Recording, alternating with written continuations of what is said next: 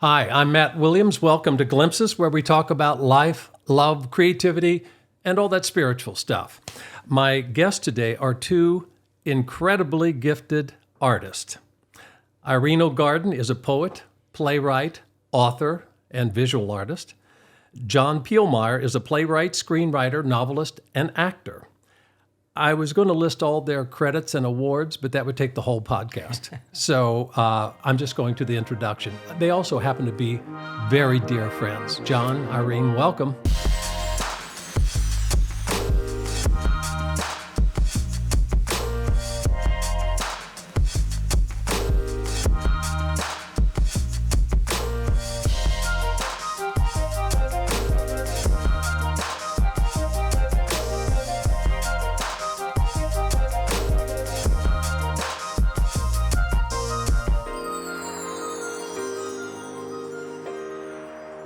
Thank you. So happy to be here. I'm glad you're here.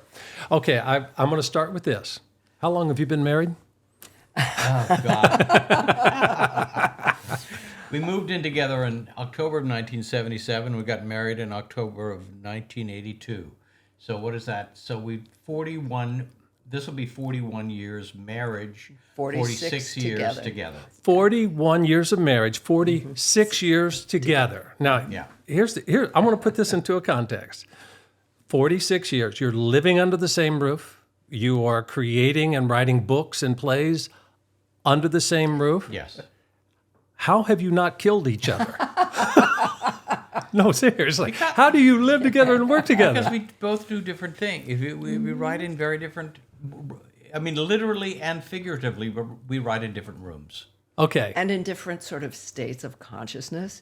You know, my state of consciousness when I write is more, and John's like, I mean, I have actually witnessed John writing with a jackhammer going on outside of his window. And it doesn't bother you. You just Oh, well, I don't hear it. you don't hear it. Laser focus. Yeah. Okay. Yeah. And you made this gesture. Do you type? Do you write on a yellow pad? Do you type? I write on my computer. Everything's on the computer. And what about you? I do a lot of sort of journal type writing where some of those ideas are born. But then I have a typewriter, and I do love the typewriter.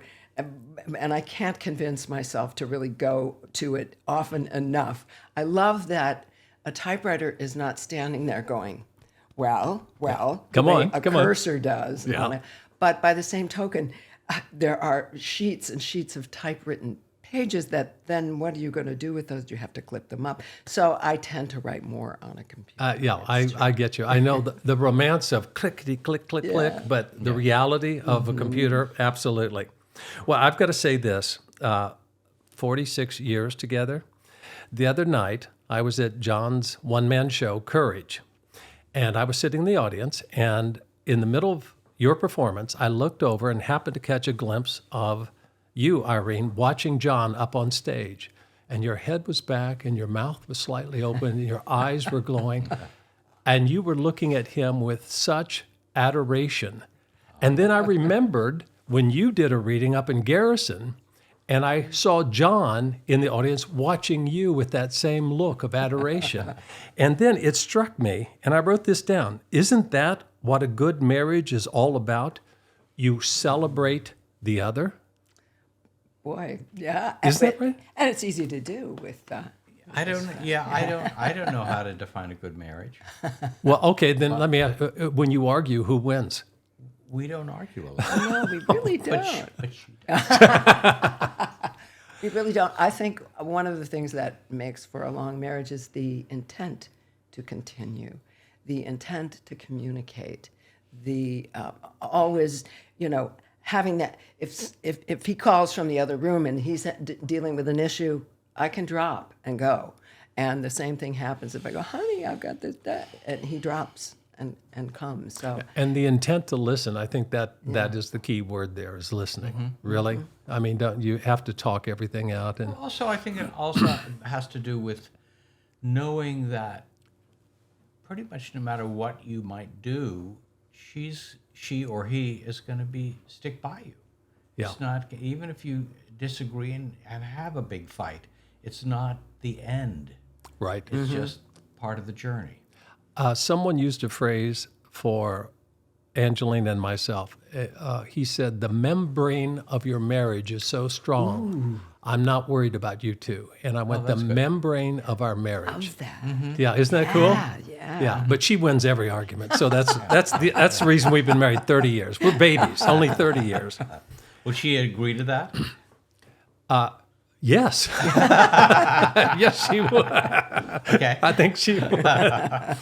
All right, I want to talk about creativity because you're both so creative.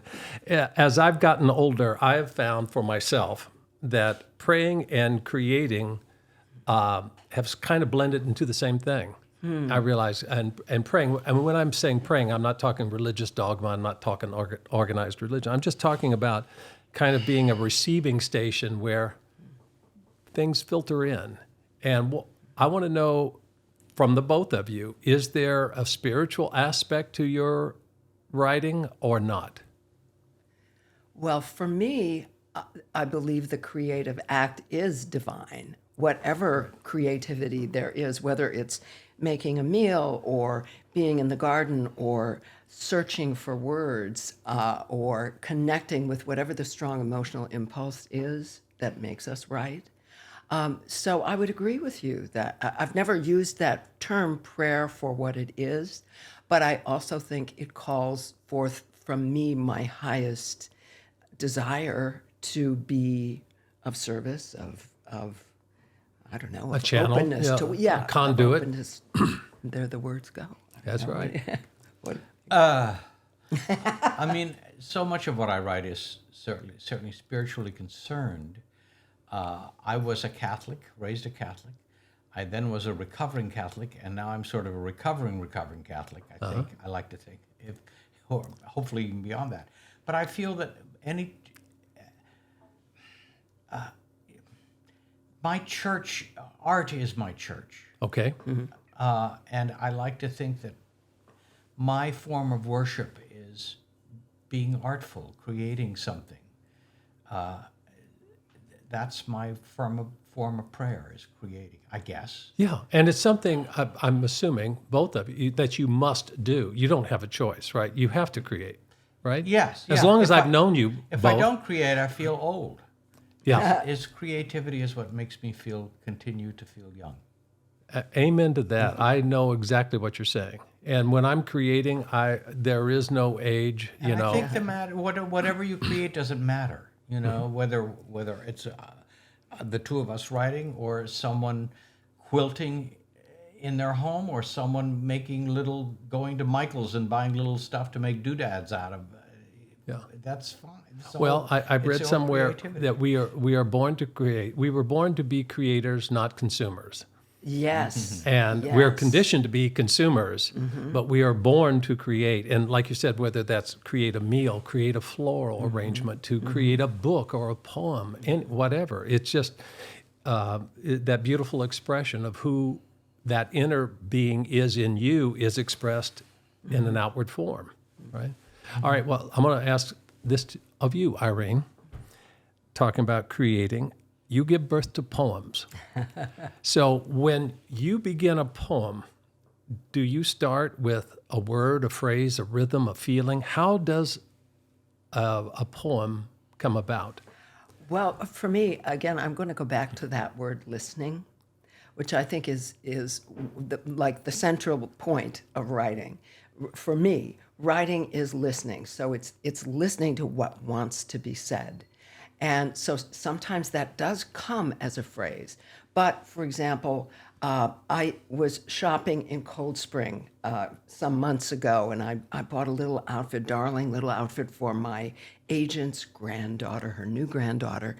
And I came out and I saw that there was an event happening where they were gathering baby clothes for Ukraine. And I went, well, that's really where this belongs. Ooh. My agent's grandbaby is going to get all kinds. But no, so I drove to the place and I dropped it off, and I went, that's a poem. So sometimes it comes out of an action, or sometimes I'll wander. We have some very beautiful fields, and I'll wander through them, and I'm just overwhelmed sensually with what's happening. So those images will say, you must write these down. But it's very different. There's no consistent way of me saying, okay, time to write a poem. I have to feel that inner knocking, and then when I open myself to that, I go, okay, well, what do you want? What wants to be written here? And then the older I get, the more I feel like I'm kind of like a chef, where I'm going, okay, what flavor here? No, that word isn't right. No, we want to combine this with that, and so it becomes a little more spontaneous in that way now. That's great. That's wonderful. John, what about you? I know you've adapted a lot, but you've written original pieces. You've written plays and novels and screenplays. How do you begin your process? I think I begin by waiting. That's the hardest part for me of writing, is waiting for whatever is to come next to arrive. And that can be hard, because sometimes I'm like right now, I'm kind of between projects. I have an idea of what I want to do next, I think. But until that idea came to me, I was sort of antsy and very impatient and worried about, come on, feed me. I'm hungry, but there's no food there. Right. And finally, maybe an idea of an appetizer has arrived, so All right. I can start. That's the beginning of the project. I understand that. I understand the waiting, because sometimes when I used to be, having worked in TV for so long, the tyranny of the now, right?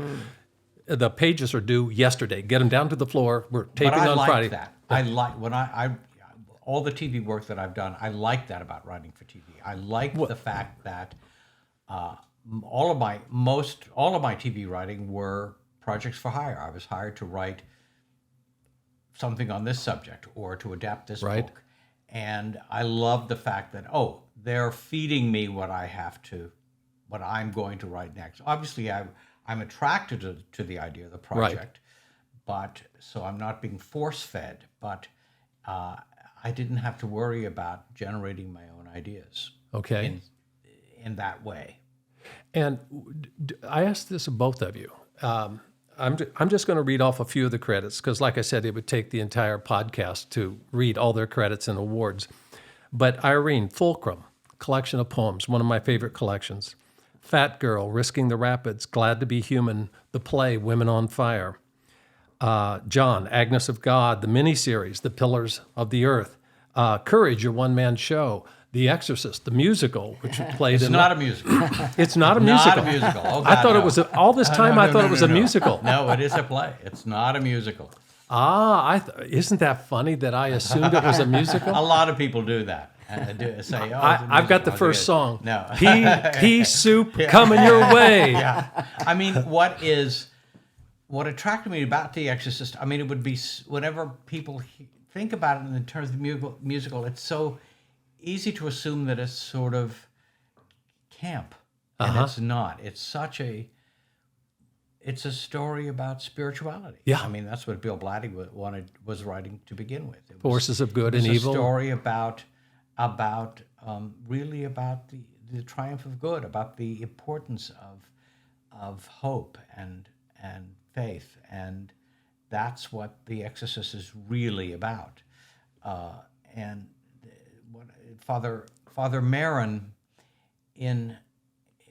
who is the exorcist priest who comes in at the end to sort of do the final exorcism, says in the book, I can't remember if he says this in the movie, but he says, this whole thing, this is all a sleight of hand that the devil is doing to this child. This is not about a child saying bad words and vomiting and throwing excrement and thing. He said, no. That's the illusion. He said, what the devil really is saying, the devil doesn't care about this child. Right. The devil cares about you. The devil is after you through this child. He wants to break you down and then get inside you. Not that I believe in a literal devil. Right. I know Blatty did, but... I have a hard time with the pitchfork and the red... The metaphor of that is what I think is important. Well, you used a key word there. You said hope. And I want to ask both of you, because that's a lot of what I embrace in glimpses in the book and the podcast, is talking about not only kindness and unexpected compassion, tenderness, but hope. Do you have hope? Oh, absolutely. Absolutely. I try to remind myself the human race has been around a really long time. Right. But we've come a long way. And what we're seeing happening culturally, I believe, is the birth throes and the death throes at the same time of one cultural way of looking at things that is battling for its life, and a whole new birth in the way that people regard one another, the way that people regard the earth. When the pandemic first happened, I awakened one morning with a phrase in my mind, the great compassion. And I went, what's that? And I thought, people are going to think that the financial world is crashing and we're going to go into a Great Depression. And when actually there is more compassion on earth now than there ever has been. We are taking care, even during the height of the pandemic, the care that people were taking of one another, that continues now, is much greater than it ever has been before. So I am absolutely full of hope. I don't know what we'll see by the time we check off our time here, but I know it's the good is within us and on the way. Well, you just gave me chills and you gave me a new phrase. Great. The great compassion. Yeah. I love that. The great compassion. And I hope this is the era of great compassion. Mm-hmm. And you are right. There's more compassion now than ever. Mm-hmm. There's a lot of darkness, and a lot of evil things going on in the world, but the great compassion kind of overwhelms that darkness, I believe, and just obliterates it. John, do you have hope? I have hope because of Irene. Well, that's 46 years. You better hang on to this woman.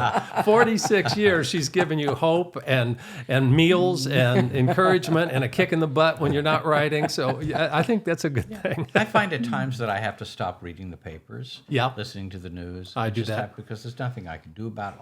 So much of stuff, and so much of the bad stuff is what's being reported, and I just can't, that kind of gets me down sometimes. So I just have to stop and put that off to the side. Because not that don't care. It's not that don't want to be aware, but I want to be as aware or more aware of what's going around me in my world, my local world, and with the people I love. There's the novel as well as the movie, The Year of Living Dangerously.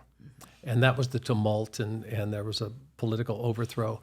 And I remember a phrase from both the novel and the movie. One of the characters, Billy, and I forget his last name, the reporter, he says, there's so much suffering. There's just so much. I don't know where to start. And the one character says, just give with love to those who cross your path. Mm-hmm. Mm-hmm. And it sounds like that's what you're doing. Yeah, I can't go and dig a well in the Sudan. Mm-hmm. I'm not going to build a dam in Bolivia, but I can give it with love to those who cross my path in New York City or up in the country or someplace, and those that need. It's like walking out of a store and going, this outfit needs to go to the Ukraine, to a baby in the Ukraine. Mm-hmm. Yeah, that's giving with love. Yeah. All right, so of all the things you've both written, if the listeners had to go to the shelf and pull down one of your pieces, John, or one of yours, Irene, what would you like the listener to pull down off the shelf? One? Yeah, if you had one of all the things you've written, and believe me, folks, I'm talking, they're pretty prolific, these two. So if you had a listener of this podcast say, go into a room, take off the shelf this book or this play or this screenplay. Can we or do this one book. in each category? Sure. Yes, let's do one in each category. You go ahead. Well, I was going to say, if you love poetry, read Fulcrum. I agree with that. But some people, they're not comfortable with that. If you want a story, a family saga, read Risking the Rapids. But if you want something to dip in and out of, Glad to Be Human are very short essays, little reflections on Bite-sized life. chapters, yeah. Yeah, yeah. Right. So I guess it would depend on whatever mood the reader was in. Okay. John? For television, I suppose that the miniseries that I wrote for The Pillars of the Earth. It was pretty spectacular. I'm very, very, You should be. very proud of. And he acts in it too. And he's a very good actor. He's a I will say wonderful that. actor. He would make a brilliant monk, by the way. As a lapsed Catholic, you make a very good monk. And my novel Hook's Tale, I'm very, very proud of, because it's basically Captain Hook's version of the Peter Pan story, telling it from his point of view, making him the hero and Peter the villain, essentially. Right. But I think it has a lot to say about life and living, and I'm very, very pleased with that. And in terms of plays, is a play that it's not Agnes of God, which I like, but it's a play of mine called The Boys of Winter, which I think is closest to my heart. I don't know that play. Of all your plays, I don't know that one. It's about the Vietnam War. The Boys of Winter. The Boys of Winter. I just actually it's published by Playscripts, but I just did a rewrite on it. They'll be generating a new version of it soon. And it's the play that that's closest to my heart. Well, let me ask you this. You're both storytellers. I know, John, you started as an actor, trained as an actor before you started writing, correct? Mm-hmm. Yes. You trained as an actor? Yep. And then started writing? Yes, I had written a little bit, throughout high school, college, and all of that. But then doing the theater seemed so exciting until I realized when I was here in New York and pounding the pavements and doing all that, there weren't that many really interesting roles for women at that time. Yep. So I wrote something for myself that turned out well. Okay, so both of you, I was trained as an actor. I was never trained as a writer. I was trained as an actor and director. The irony is the only class I never took in undergraduate or graduate school was television writing and television production. So you spend 35 years doing TV, right? But now you teach that. I do teach Yes. it. I do teach it now. But for the two of you, how does being trained as an actor impact or inform your writing? Well, for me, I can't recommend acting highly enough to someone who wants to be a writer, because, of course, you as an actor are saying words that people have sweated to put down. They have tried so hard to express themselves that it expands your palette incredibly in terms of really wanting to convey an intention in words. And certainly studying Shakespeare will open up everything in terms of finding words for what you want to do. And I also write for the ear myself because I like the sound of words, and I like reading words that have nice sound to them. So I speak aloud when I'm writing. Does that sound right? So I think it's a wonderful training. Yeah. John, what about you? Well, I think acting puts one in touch with so many of the senses that are so important, particularly hearing, listening and hearing, but also puts you in touch with your emotions if you are connected in that way. And those are such important tools for writing. I mean, incredibly important tools. But there are a lot of wonderful writers out there who have no interest in acting, and God knows you don't want to put them in front of an audience. That's true. But let me ask you this. You've both written plays. And I've asked this of a lot of playwrights. So when you are writing a play, do you see it or hear it? Or both? I mean, but does one come before the other? Alfred Urey, I asked him this question. He said, Matt, I don't even know what the set looks like. All I hear is the dialogue. I hear my play and let someone else worry about what it looks like on the stage. Where I'm the opposite. I have to see everything and know exactly where I am and what the characters look like and what they're doing. And then I start to hear them speak. So do you have either or of those two? I have to have an idea, a vague idea of what a set is. Okay. Even though it turns out in the end not to be at all what the set is going to be. But it helps me sort of visualize the staging of the play. It helps, I need to be aware of, I'm very aware when I write of sort of the silly technical things that, is there enough time for an actor to make this costume change? Yep.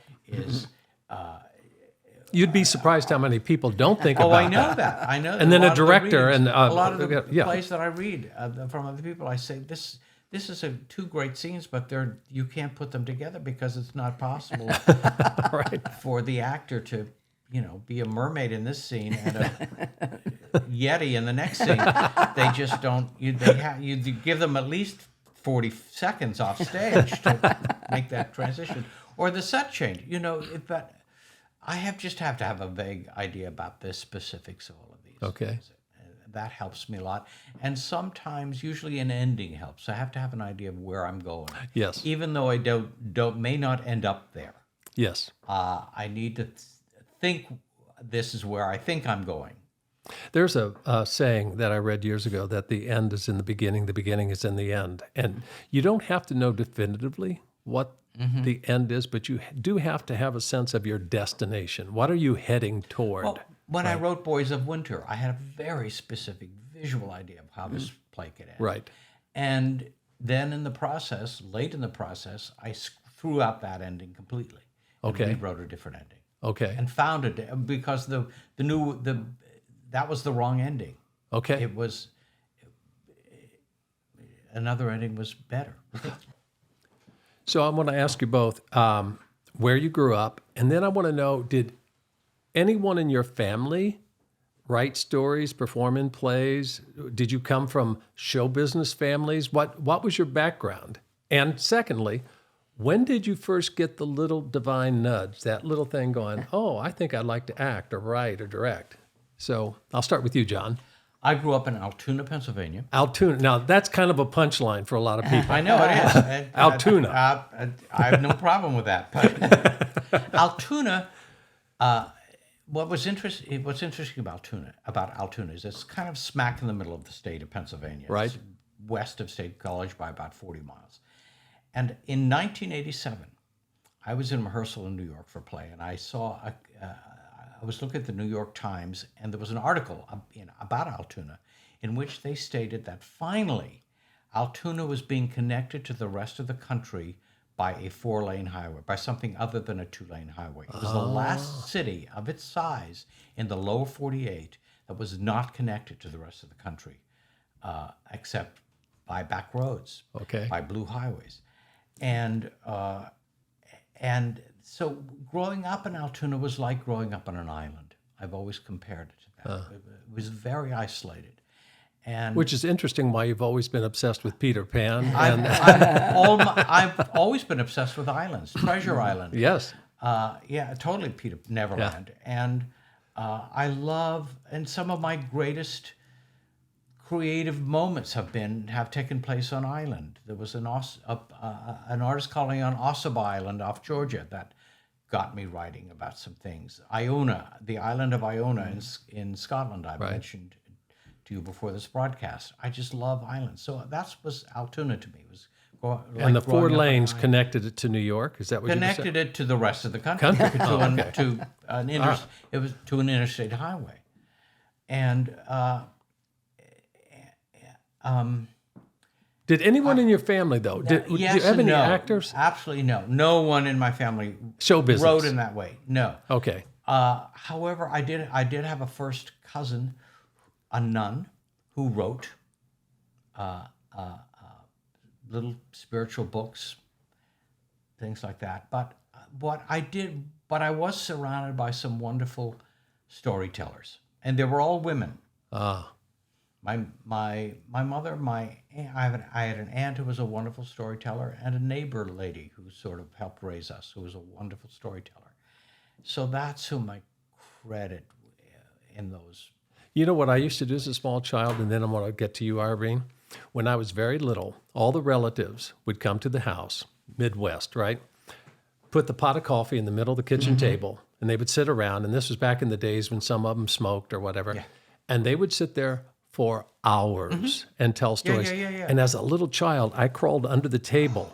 I'm talking 3, 4, 5 years old. And I would sit there and all these feet around me, and I would listen to the stories. And it was usually family stories about the Griffin tornado or, Totally, yes. Yeah. This was Altoona. yeah, great Aunt Maddox and people Yeah. like, and all those stories. And I had no idea that my brain was absorbing all those stories. But it was also, I think, the structuring of those stories. That these were stories were told in my life by people who knew how to tell a story. Yeah, yes, It's like someone who knows how to tell a joke. right. There's something innate in there that can be passed on not only genetically but I think orally. You absorbed it. Okay, you? And I was brought up in Minneapolis, Minneapolis, okay. and around a very big dining room table. And indeed, my family had some great storytellers, but there was also a really powerful love of the word, of the correct word, of the, look it up. If you don't know the meaning of something, go look it up. We sat on the Webster's Unabridged Dictionary was our sort of intermediate high chair. We played something called the rhyming game after dinner from time to time, where we would just rhyme. And the person who came up with the last rhyme, that was great. So there was a love of the written word, a love of the spoken word. My father was a broadcaster. Okay. So there was a sense of the public, but it was also... It was also dynamic with my brothers and sisters. So trying to think fast, trying to come up with a good joke, there was a lot of competition at that dinner table for attention because there were 7 children. That was something that really sharpened my ear.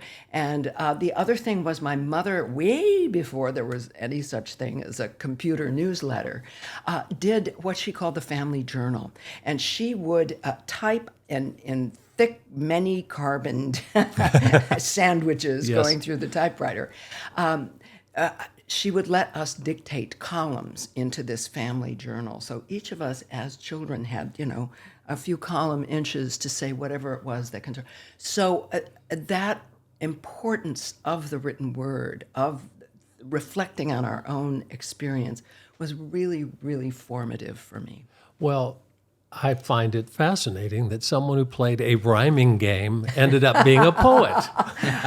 Who knew? This happened. Yeah, sitting at the table, winning the rhyming game, you end up... Sometimes she doesn't even rhyme. Uh-oh. True. Right.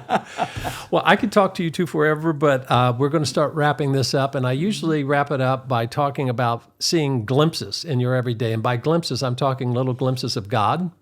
And by God, I'm not talking about the guy hiding in the burning bush. I'm talking about glimpses of goodness, kindness, unexpected compassion. Do you see glimpses in your daily life? Many of them come from right over here. Okay. So, The kindness that John displays to me and to all living beings just moves me back so at you. much. that's great. Moves me so much. Well, the measure you give is the measure you get, right? And you too. I think you two are an example not only of brilliant artists, but an example for married couples. And I mean this sincerely. And Angelina and I talk about you often as an example of a happily married couple. And Angelina says, you know what I like about John and Irene? They're still hot for each other. And I go, after 46 years, that's not too bad. It's not too bad. And but each of us grew up thinking we'd never marry. Yeah. Well, you married and you pulled it off. Yeah.